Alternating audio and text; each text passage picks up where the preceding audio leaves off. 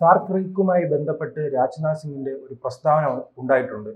അതിൽ വെല്ലുവിളിയുണ്ട്, ഭീഷണിയുണ്ട്, താക്കീതുണ്ട്. എന്താണ് സംഭവിക്കുന്നത്? രാജ്യത്തിൻ്റെ രക്ഷാമന്ത്രിയും പ്രതിരോധ മന്ത്രിയൊക്കെ എന്ന് പറയുമ്പോഴത്തേക്ക് അദ്ദേഹം വളരെ കുറച്ച് സംസാരിക്കുന്ന, കുറച്ച് വാക്കുകൾ ഉപയോഗിക്കുന്ന ഒരു വ്യക്തിയാണ്. അല്ല, അതിലാണ് ഇതെല്ലാം ഉണ്ട്. ഭീഷണിയുണ്ട്, താക്കീതുണ്ട്. അതെ, അദ്ദേഹം വളരെ കുറച്ച് വാക്കുകളിൽ, ഇപ്പം മോദി പറയുന്ന പോലെ ഒരുപാട് അദ്ദേഹം സംസാരിക്കത്തില്ല, വളരെ കുറച്ച് കാര്യങ്ങളെ സംസാരിക്കത്തുള്ളൂ. അത് വളരെ ബ്രീഫായിരിക്കും. ആ കാര്യങ്ങളിൽ അകത്തെല്ലാത്തിലും കാമ്പും കഴമ്പും ഉള്ളത് മാത്രമേ പുള്ളിക്കാരൻ പറയാവൂ.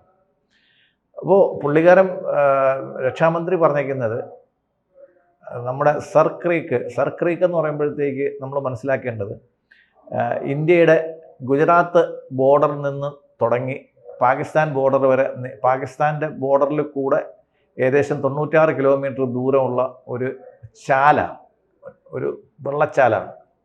അപ്പോൾ അവിടെ നമുക്കറിയാം റാൻ ഓഫ് കച്ച് ഏരിയയാണ്. കച്ച് ഏരിയയിൽ ഈ ഉപ്പുപാടങ്ങളാണ്, കംപ്ലീറ്റ് ജനവാസങ്ങൾ തീരെ ഇല്ലാത്ത ഉപ്പുപാടങ്ങളാണ്.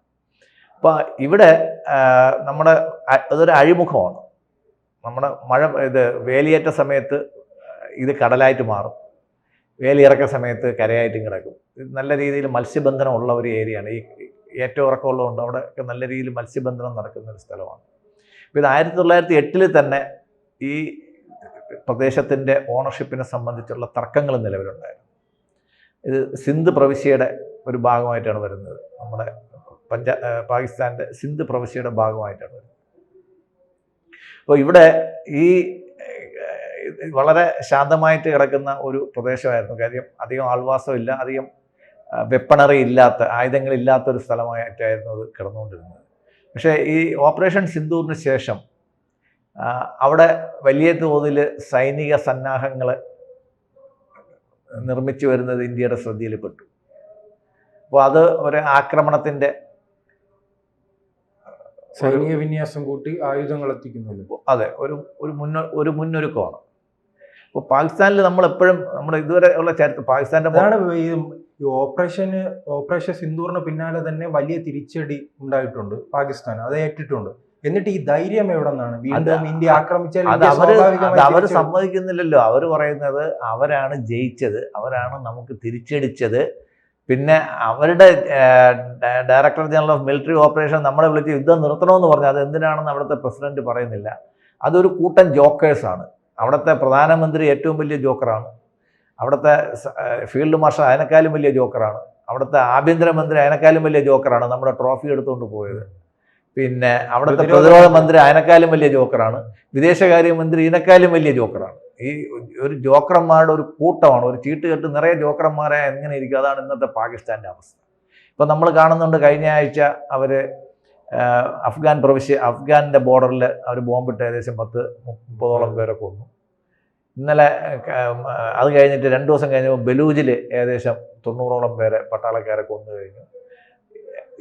ഇന്നലെ മിനിങ്ങാന്നുമായിട്ട് പാക് ഒക്കുപൈഡ് കാശ്മീരിനകത്ത് അവർ നടത്തിയ വെടിവയ്പ്പിൽ ഏകദേശം 10 അവിടുത്തെ പ്രക്ഷോഭം ആളിപ്പടരുകയാണ്. അപ്പോൾ ഇങ്ങനെയൊക്കെയുള്ള ഇൻറ്റേർണൽ പ്രോബ്ലംസ് ഒന്നല്ല, എല്ലാ രോഗങ്ങളും കൂടെ ഒരുമിച്ചൊരു മനുഷ്യന് വന്നാൽ എങ്ങനെ ഇരിക്കും, ആ അവസ്ഥയിലാണ്. അപ്പോൾ നമ്മുടെ നാടൻ ഭാഷയിൽ പറയല്ലോ, കിളി പോയിരിക്കുന്നൊരവസ്ഥയാണ്. അവിടുത്തെ പ്രധാനമന്ത്രി ആയാലും പ്രസിഡൻ്റ് ആയാലും ജനറലായാലും എല്ലാം കിളി പോയ കേസുകളാണ് എല്ലാം ഇരിക്കുന്നത്. അപ്പോൾ അവർക്ക് നമ്മുടെ പാകിസ്ഥാൻ്റെ ചരിത്രം നമ്മൾ നോക്കുമ്പോഴത്തേക്ക് പാകിസ്ഥാനിൽ ഒരു അൺട്രസ്റ്റ് ഉണ്ടായിക്കഴിഞ്ഞാൽ എപ്പോഴും ഇന്ത്യ പേടിക്കണം. കാര്യം അവിടെ ഒരു ഇൻറ്റേർണൽ പ്രോബ്ലം ഉണ്ടാകുമ്പോഴത്തേക്ക് അവരെപ്പോഴും ഹിന്ദുസ്ഥാൻ അല്ലെങ്കിൽ ഭാരതത്തെ ആക്രമിക്കാനുള്ള, അല്ലെങ്കിൽ ഒരു പ്രശ്നം ഉണ്ടാക്കാനുള്ള, അല്ലെങ്കിൽ ഒരു സംഘർഷം മൂർച്ഛിക്കാനുള്ള ഒരു അവസരം അവരുണ്ടാക്കും. കാര്യം ജനശ്രദ്ധ മാറ്റുന്നതിൻ്റെ ഒരേ ഒരു രീതി എന്ന് പറയുമ്പോഴത്തേക്ക് ഇന്ത്യക്കാർ നമ്മൾ ആക്രമിക്കാൻ വരുന്നേന്ന് വിളിച്ചിട്ട് എന്ത് ചെയ്ത് കഴിഞ്ഞാൽ ആരൊന്നും പറയത്തില്ല. ഇതാണ് അവിടെ സംഭവിക്കാൻ പോകുന്നത്. അപ്പോൾ നോക്കുമ്പോൾ ആ ഏരിയയിൽ ഏകദേശം അവർക്ക് കിട്ടേണ്ട തിരിച്ചടിയൊക്കെ കിട്ടി. ഇത് വലിയ വ്യോമ ബേസുകളൊന്നും ഇല്ലാത്തൊരു സ്ഥലമാണ് ഈ സർക്രീക്ക് ഏരിയ, ഗുജറാത്ത് ഏരിയ. കച്ചിൽ ഈ ഭൂജിൽ എയർഫോഴ്സിൻ്റെ നേവൽ ബേസും മറ്റ് എയർഫോഴ്സിൻ്റെ എയർബേസും ഫ്ലൈയിങ് സ്ക്വാഡൻസും മറ്റു കാര്യങ്ങളും എല്ലാം ഉണ്ട്. നമ്മളവിടെ വളരെ ജാഗരൂകരായിട്ടുള്ള നമ്മുടെ ഒരു ബോർഡറാണ്. അപ്പോൾ ഈ സർക്രീക്ക് വഴി അവർ ഉദ്ദേശിക്കുന്നത്, അവർക്ക് ഇപ്പോൾ അവരുമായിട്ടുള്ള തർക്കം എന്ന് വെച്ച് കഴിഞ്ഞാൽ ഇതിനെ ഹറാമി നാള എന്നാണ് അവർ ഉറുദുവിൽ വിളിക്കുന്നത്. ഹറാമി എന്നുള്ള വാക്കിൻ്റെ അർത്ഥം അറിയാമല്ലോ. നാള എന്ന് വെച്ച് കഴിഞ്ഞാൽ ചാലെന്നാണ്. ഇതൊരു ദുർഘടം പിടിച്ച ഒരു ചാലാണ്. ഒരു പ്രശ്നം നിറഞ്ഞ ഒരു ചാലാണ് എപ്പോഴും. അപ്പോൾ നമ്മൾ ഇന്ത്യക്കാർ പറഞ്ഞ ഒരു പോംവഴി എന്ന് വെച്ച് കഴിഞ്ഞാൽ ഈ കനാലിൻ്റെ നടുക്കുള്ള പോർഷൻ വെച്ചിട്ട് തിരിച്ച് പകുതി നിങ്ങളെടുത്തോളൂ, പകുതി ഞങ്ങളെടുത്തോളാം. കാര്യം ഒരു ബോർഡറിൻ്റെ എപ്പോഴും ന്യായമായിട്ടുള്ള ഒരു കാര്യം അതാണല്ലോ.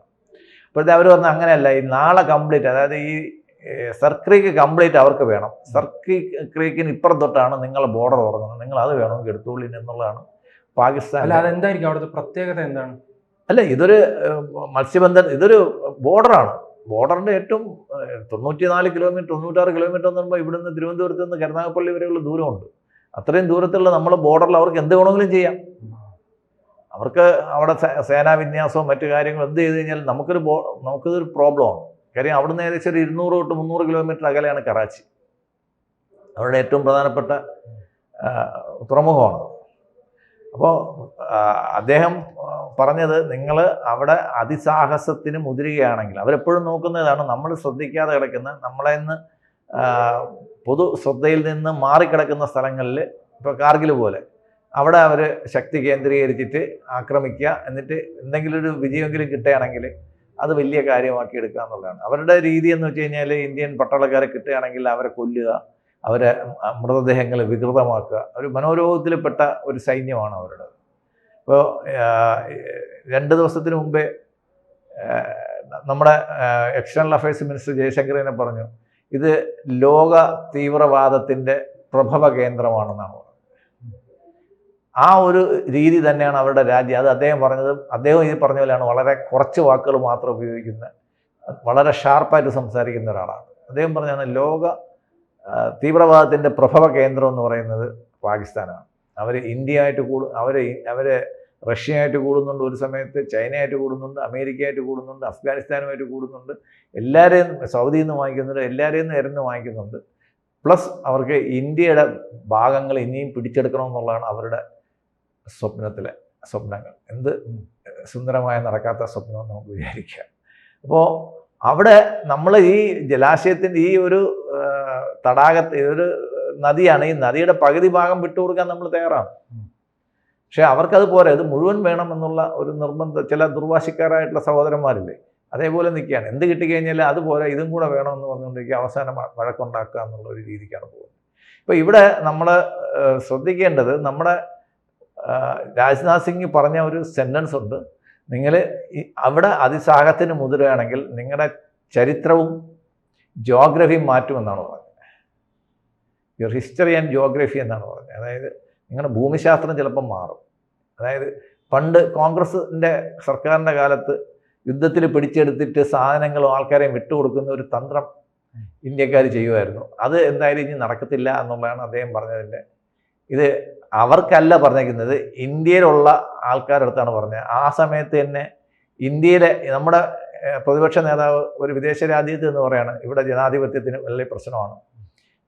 അപ്പോൾ ഇതെല്ലാം കൂടെ ചേർത്താണ് പറയുന്നത്. കാര്യം അവരിൽ നിന്ന് നിങ്ങൾക്ക് കിട്ടിക്കൊണ്ടിരുന്ന ആനുകൂല്യങ്ങൾ എന്തായാലും എന്നേക്കുമായി നിലച്ചുപോയി. അതുകൊണ്ട് ഇനി അതിസാഹസത്തിന് മുതിർന്നു കഴിഞ്ഞാൽ ഞങ്ങൾ പിടിച്ചെടുക്കുന്ന സ്ഥലം ഞങ്ങളത് തന്നെ ആയിരിക്കും. കാര്യം പലസ്തീനിൽ ഇതായിരുന്നു സംഭവിച്ചുകൊണ്ടിരുന്നത്. പണ്ടൊക്കെ ഇസ്രായേൽ കയറി അടിക്കുമായിരുന്നു, പാലസ്തീൻ അടിക്കുമായിരുന്നു, ഇസ്രായേൽ തിരിച്ചടിക്കുമായിരുന്നു. അവസാനം ഈ സ്ഥലങ്ങളൊക്കെ അങ്ങോട്ടും ഇങ്ങോട്ടും വിട്ടുകൊടുക്കുമായിരുന്നു.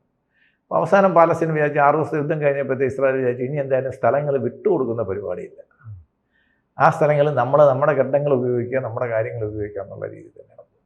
അപ്പം അതാണ് അദ്ദേഹം പറഞ്ഞത്. ഇനി നിങ്ങൾ സർക്രീക്കിൽ ഒരു സാഹസത്തിന് മുതിർന്നു കഴിഞ്ഞാൽ നിങ്ങളുടെ ജോഗ്രഫി. അല്ല, നേരത്തെ സാർ സൂചിപ്പിച്ചതുപോലെ തന്നെ അവിടുത്തെ ആഭ്യന്തര പ്രശ്നങ്ങളാണോ ഇത്തരം നീക്കം? തീർച്ചയായും ആ രാജ്യത്ത് ആഭ്യന്തര പ്രശ്നങ്ങൾ ഒഴിഞ്ഞ ഒരു ദിവസം ഒരിക്കലും ഉണ്ടായിട്ടില്ല. ദിവസവും ആഭ്യന്തര പ്രശ്നങ്ങളാണ്. അവിടെ ജനാധിപത്യം ഒരിക്കലും ഉണ്ടായിരുന്നില്ല. ശരിക്കുള്ള ജനാധിപത്യം ഈ 75 വർഷത്തിന് ശേഷം അവിടെ ഒരിക്കലും ശരിക്കുള്ള ജനാധിപത്യം പുലർന്നിട്ടില്ല. ശരിക്കൊരു പാർലമെൻറ്റിനെ ഇന്നലെ തന്നെ നമ്മുടെ അവരുടെ തന്നെ ഒരു പാർലമെൻറ്റ് അംഗം നമ്മുടെ ഫീൽഡ് മാർഷലിൻ്റെ ചെയ്തികളെ പറ്റിയിട്ട് വളരെ പുച്ഛിച്ച് പരിഹസിച്ച് സംസാരിക്കുന്നുണ്ടായിരുന്നു. ഇതാണോ നമ്മുടെ രാജ്യത്തെ ഫീൽഡ് മാർഷൽ എന്ന്? ഒരു ഫീൽഡ് മാർഷലിന് ഇങ്ങനെയൊക്കെ എങ്ങനെ ആകാൻ പറ്റുന്നു എന്നുള്ളതാണ് ലോക നേതാക്കൾ ശ്രദ്ധിക്കുന്നത്. ഇതൊക്കെ ഒരു പാക്ക് ഓഫ് ജോക്കേഴ്സാണ് കംപ്ലീറ്റ്. അല്ല, അതാണ് ഈ ആ രാജ്യത്തിൻ്റെ 3 പ്രദേശങ്ങളിൽ വിവിധ സംഘർഷങ്ങൾ നടക്കുന്നു. 3 അല്ല, എല്ലാ പ്രദേശങ്ങളിലും. ഇപ്പം ബലൂജായി, അഫ്ഗാനിസ്ഥാനിലെ തെഹ്രീക്കെ താലിബാനുണ്ട്, ബലൂജായി, പിന്നെ പാക് അധിനിവേശം. ഇന്ത്യൻ ബോർഡറിൽ എന്തായാലും ആൾറെഡി പ്രശ്നങ്ങളുണ്ട്. പിന്നെ മിച്ചം ഉണ്ടായിരുന്നത് ഈ സർക്രിക് ഏരിയയിൽ മാത്രം ഉണ്ടായിരുന്നു ശകല സമാധാനം ഉണ്ടായിരുന്നത്. ആ ഏരിയയിലും കൂടെ അത് നമ്മുടെ നരേന്ദ്രമോദിജിയുടെ പ്രദേശമാണ്. ഈ അദ്ദേഹം കഴിഞ്ഞ വന്നപ്പോഴത്തേക്ക് പറഞ്ഞു, ഭൂജ് ഞങ്ങളുടെ പൊന്നാണ്, ഞങ്ങളെ കണ്ണിലെ കൃഷ്ണമനെ പോലെ ഞങ്ങൾ നോക്കുന്ന ഒരു സ്ഥലമാണ്. കാര്യം ഗുജറാത്ത് രാഷ്ട്രീയത്തിൽ എപ്പോഴും ഭൂജും ഈ സർക്രീക്കും ഈ പാകിസ്ഥാനും ഒക്കെ ഒരു വിഷയമായിരുന്നൊരു കാലം ഉണ്ടായിരുന്നു കോൺഗ്രസ് കാലത്ത്. അപ്പോൾ അദ്ദേഹം പറഞ്ഞു, ഞാനിത് അധികാരത്തിലേറ്റ സ്ഥിതിക്ക്, സംസ്ഥാനത്തിൽ മുഖ്യമന്ത്രിയായ സ്ഥിതിക്ക് ഞങ്ങൾ പാകിസ്ഥാനെ പറ്റി പറഞ്ഞിട്ടേ ഇല്ല, ഞങ്ങൾ ഇന്ത്യയെ പറ്റി മാത്രമേ പറയാറുള്ളൂ. അവരെ ആക്രമിക്കുന്നുണ്ടെങ്കിൽ അത് ഇന്ത്യൻ സൈന്യം നോക്കിക്കോളും. അതേപടി തിരിച്ച് ഇനി ഒരു സാഹസത്തിന് മുതിരുകയാണെങ്കിൽ ഒരു ഭാഗത്തു നിന്നായിരിക്കില്ല അടി. കാര്യം അന്ന് എയർഫോഴ്സിനാണ് ഒരു വ്യൂ കിട്ടിയത്. ഇപ്പോൾ കിട്ടുന്നത് ഞങ്ങൾ കറാച്ചിയിൽ എത്തിയിരിക്കുമെന്നാണ് പറയുന്നത്. കറാച്ചിയിലേക്കുള്ള വഴി സർക്രിക്കിലൂടെയാണെന്നാണ് പറയുന്നത്. അതായത് ഇനി അടിച്ചു കഴിഞ്ഞാൽ കറാച്ചി ആയിരിക്കും നമ്മൾ ആദ്യം ആക്രമിക്കുക. സർക്രിക്കൊക്കെ അവിടെ കിടക്കും. കറാച്ചി തുറമുഖം അവർക്ക് എന്നേക്കുമായിട്ട് നഷ്ടപ്പെടും. കറാച്ചി തുറമുഖം നഷ്ടപ്പെട്ട് കഴിഞ്ഞാൽ അവർക്ക് അറേബ്യൻ സീയിലോട്ടുള്ള അവരുടെ എൻട്രിയാണ് നഷ്ടപ്പെടാൻ പോകുന്നത്. അതാണ് പറഞ്ഞത്, അവരുടെ ചരിത്രവും ഭൂമിശാസ്ത്രവും മാറ്റിമറിക്കുന്ന ഒരവസ്ഥയിലോട്ട്. അല്ല, അതെന്താണ് ഇത്തരം വെല്ലുവിളികൾ പറയും, വെല്ലുവിളികൾ ഉണ്ടാകുന്നു, തിരിച്ചടികൾ ഉണ്ടാകുന്നു, പക്ഷെ എന്തുകൊണ്ട് പാകിസ്ഥാൻ പാഠം പഠിക്കുന്നില്ല? അല്ല, അവർ പാഠം പഠിച്ചാണല്ലോ. ഞാൻ നേരത്തെ തന്നെ പറഞ്ഞ മാതിരി അവർ ലോകത്തുള്ള എല്ലാ രാജ്യങ്ങളോടും ഇരക്കുക എന്ന് പറയുമ്പോഴത്തേക്ക് അതിനേക്കാളും ഇനി എന്ത് പാഠമുള്ളത്? ഞാൻ പറഞ്ഞില്ലേ, അവരുടെ രാജ്യത്തിൻ്റെ പ്രധാനമന്ത്രിക്കും പ്രസിഡന്റിനും അവരുടെ ആർമി ജനറലിനും ഒക്കെ എന്ത് സ്ഥാനമാണ് ലോകരാജ്യങ്ങളുടെ ഇടയിലുണ്ടെന്ന് നമ്മൾ മനസ്സിലാക്കിയില്ലേ? അല്ല, ട്രംപ് എല്ലാം വലിയ പരിഗണനയാണ് നൽകുന്നത്. ട്രംപ് ആ വലിയ പരിഗണനയാണ് നിലവിൽ നൽകുന്നത്. ട്രംപ് പറയുന്നത് അവർക്ക് ഗ്രേറ്റ് മെൻ എന്ന് പറയുന്നത്. ആ ജോക്കർ, ആ പാക്ക് ഓഫ് ജോക്കറിൻ്റെ കെട്ടിവെക്കാനുള്ള നൂലാവാനുള്ള യോഗ്യതയാണ് ട്രംപിനുള്ളത്. ട്രംപ് ഇപ്പോൾ അതിനേക്കാളും വലിയ പ്രശ്നത്തിൽ നിൽക്കുകയാണ്. കാര്യം ഇന്ത്യക്ക് മേൽ ഏർപ്പെടുത്തിയ ഉപരോധങ്ങളൊക്കെ അമേരിക്കയ്ക്ക് തിരിച്ചടിക്കുമെന്നുള്ളൊരവസ്ഥയിലോട്ടാണ് പോകുന്നത്. കാര്യം അമേരിക്കൻ കമ്പനികൾ കംപ്ലീറ്റ് ഇന്ത്യയിലോട്ട് മാറാൻ പോകുന്നു. മാത്രമല്ല അമേരിക്കൻ കമ്പനികൾക്ക് ഇന്ത്യയിൽ ഔട്ട്സോഴ്സിങ് വേണ്ടെന്ന് പറയുന്നത്. അതിൻ്റെ അർത്ഥം എന്ന് വെച്ച് കഴിഞ്ഞാൽ അവർ ഇപ്പോൾ ഇന്ത്യയിലെ പൈസ തന്ന് നമ്മളെ കൊണ്ട് ചെയ്യിക്കുന്ന ജോലി, എന്നിട്ട് അവരതിൻ്റെ പ്രതിഫലം വാങ്ങിക്കുന്ന അമേരിക്കൻ ഡോളറിലാണ്. അത് വേണ്ട, നിങ്ങൾ അമേരിക്കയിലെ ജോലി അമേരിക്കയിൽ ഇരുത്തി ചെയ്താൽ മതി, ഇന്ത്യയിൽ ഇരുത്തി ചെയ്യേണ്ടെന്ന് പറയുമ്പോഴത്തേക്ക് നമ്മൾ നോളജ് സെൻറ്റേഴ്സ് ഒരുപാടുണ്ട്, സ്കിൽ സെൻറ്റേഴ്സായിട്ട് നമ്മൾ വർക്ക് ചെയ്യുന്ന, അവർക്ക് വേണ്ടി GCC എന്ന് പറയുന്നത്. അപ്പോൾ ആ സെൻറ്റേഴ്സ് ക്ലോസ് ചെയ്യാനാണ് ഗവൺമെൻറ്റിൻ്റെ ഒരു നീക്കം എന്നറിയുന്നത്. വന്നു കഴിഞ്ഞാൽ അത് ഇന്ത്യയിൽ കുറച്ച് പേർക്ക് താൽക്കാലികമായിട്ട് തൊഴിലില്ലാതെ ആവും. പക്ഷേ അത് അമേരിക്കയ്ക്ക് ഭയങ്കരമായിട്ടുള്ള എക്സ്പെൻസ് ആയിരിക്കും വരുന്നത്. കാര്യം ഇവിടെ ഇരുന്ന് ജോലി ചെയ്യുന്ന ഒരാൾക്ക് കൊടുക്കുന്ന ശമ്പളത്തിന് പകരം അമേരിക്കയിൽ ഒരാളെ എടുത്ത് അവിടുത്തെ വിസ പ്രോസസ്സിംഗ് ഒക്കെ കഴിഞ്ഞ് ഒരാളെ ജോലിക്ക് വയ്ക്കുമ്പോഴത്തേക്ക് അവിടുത്തെ സാലറി കൊടുക്കേണ്ടി വരും. അങ്ങനെ വരുമ്പോഴത്തേക്ക് അത് പല കമ്പനികളും നഷ്ടത്തിലോട്ട് പോകും. അപ്പോൾ എന്തായാലും ഈ ട്രംപിന്റെ സഹായം ഉണ്ടായാലും അസീം മുനീറിന്റെ ഭാവി അവതാളത്തില്ല. നമ്മൾ ഇപ്പം പറഞ്ഞു വന്നതല്ല, നമുക്ക് ഈ പാകിസ്ഥാനെക്കാളും ഒരുപാട് ഇന്റേണൽ പ്രോബ്ലത്തിൽ പെട്ടിരിക്കുന്ന രാജ്യമാണ് അമേരിക്ക. അപ്പം അമേരിക്ക കംപ്ലീറ്റ് ഷട്ട് ഡൗണിലോട്ട് പോയി ഇന്നലെ തൊട്ട്. അല്ലേ, 1 ലക്ഷം ഓപ്പറേഷൻ സിന്ദൂറിന് പിന്നാലെ വലിയ പരിഗണന നൽകുന്നുണ്ട്. അതിന്റെ പിന്നിൽ എന്താണ് രാഷ്ട്രീയം? ഇല്ല, അത് തുടക്കകാലം തൊട്ട് തന്നെ ഈ പാകിസ്ഥാനെ ഇന്ത്യക്കെതിരായിട്ട് എപ്പോഴും നിർത്തി കളിച്ചിട്ടുള്ളത് എത്രയും അമേരിക്കയാണ്. അത് ഏത് പ്രസിഡന്റ് വന്നു കഴിഞ്ഞാലും അങ്ങനെ തന്നെയാണ്. അമേരിക്കയ്ക്ക് ഇന്ത്യയോടുള്ള പകയും കുശുമ്പും തീർക്കുന്നതിന് വേണ്ടിയിട്ട് അവരെപ്പോഴും പാകിസ്ഥാനെയും ബംഗ്ലാദേശിനെയൊക്കെ ഒരു സമയത്ത് സഹായിച്ചുകൊണ്ടിരുന്നു. അത് അവരുടെ ഫോറിൻ മിനിസ്റ്റർ തന്നെ ഈയിടയ്ക്ക് സംബന്ധിച്ചാണ് we are doing the dirty job for the West എന്ന് പറഞ്ഞത്. അതിൻ്റെ അർത്ഥം എന്ന് വെച്ചാൽ അവരിത് തന്നെയാണ് ചെയ്തുകൊണ്ടിരുന്നത്. അല്ല, ബിൻ ലാദനെയൊക്കെ കൊണ്ടവിടെ താമസിപ്പിക്കാനും അവർക്ക് താവളങ്ങൾ ഒരുക്കാനും അഫ്ഗാനിസ്ഥാനിലെ പ്രശ്നങ്ങൾ തീർക്കാനും അതുവഴി റഷ്യ ആക്രമിക്കാനും ഒക്കെ അവരവരുടെ ബേസായിട്ട് ഉപയോഗിച്ചു. അതൊക്കെ അവസാനിക്കുക അമേരിക്ക തന്നെ ഒരു തകർച്ചയിലോട്ട് പോവുകയും ചിലപ്പോൾ അടുത്ത 1-2 വർഷം കഴിയുമ്പോഴത്തേക്ക് അമേരിക്കയുടെ സാമ്പത്തിക സ്ഥിതി എന്താവും എന്നുള്ള കാര്യം നമുക്കറിയത്തില്ല. ഇപ്പോൾ തന്നെ 1 ലക്ഷം പേരെയാണ് അവർ ഇന്നലെ ലേ ഓഫ് ചെയ്തത്. അവർക്കെല്ലാം വീട്ടിലിരുത്തി ശമ്പളം കൊടുക്കുന്നത് 1 ലക്ഷം പേരാണ്. ഇന്ത്യയുടെ പോപ്പുലേഷൻ അനുസരിച്ച് 1 ലക്ഷം വലിയ, അമേരിക്കയുടെ പോപ്പുലേഷൻ ഇന്ത്യയുടെ പോപ്പുലേഷൻ നമ്മൾ കമ്പയർ ചെയ്യുമ്പോഴത്തേക്ക് 1 ലക്ഷം എന്ന് പറയുന്നത് വലിയൊരു തുകയാണ്. അപ്പോൾ അത്രയും പേരെ വീട്ടിലിരുത്തി ശമ്പളം കൊടുക്കേണ്ട ഒരു അവസ്ഥയിലോട്ട് ഗവൺമെൻറ് പോയി എന്ന് പറയുമ്പോഴത്തേക്ക് അവിടുത്തെ ഗവൺമെൻറ്റിൻ്റെ ഇന്ത്യയിൽ സാമ്പത്തിക സ്ഥിതി വളരെ ദയനീയമാണ്. കാര്യം ആൾക്കാർ അവരെ ബഹിഷ്കരിച്ച് തുടങ്ങുന്ന സമയത്ത്, കാര്യം ഈ തീരുവയുടെ പ്രശ്നം വരുമ്പോൾ ഒരുപാട് പേര് അവരെ ബഹിഷ്കരിക്കാനും അവരെ ഒറ്റപ്പെടുത്താനും ഒക്കെ പല കാര്യങ്ങളും അവർ നോക്കുന്നുണ്ട്. ഇതൊക്കെ വരുമ്പോഴത്തേക്ക് ഇത് അമേരിക്കയ്ക്ക് ഒരു വലിയ ഒരു പ്രശ്നമായിട്ട് മാറും എന്നാണ് പോകുന്നത്. കാര്യം അമേരിക്കയെ ഇവർ വേണ്ട രീതിയിലൊക്കെ പറ്റിച്ചു. അവിടെ പെട്രോളിയം ഉണ്ടെന്ന് പറഞ്ഞു, ഇന്ത്യയെ കൊണ്ട് പെട്രോൾ വാങ്ങിപ്പിക്കുമെന്നവരെ ട്രംപിനെ കൊണ്ട് പറഞ്ഞു. ട്രംപിനിപ്പം മനസ്സിലായി ഇതെല്ലാം കള്ളമാണ്, പൊട്ടത്തരമെന്ന് മനസ്സിലായി. അപ്പം രണ്ടുപേരും ചക്കയും കൂടെയും മാതിരിയാണ്. രണ്ടുപേരും നല്ല രീതിയിൽ കളിക്കും.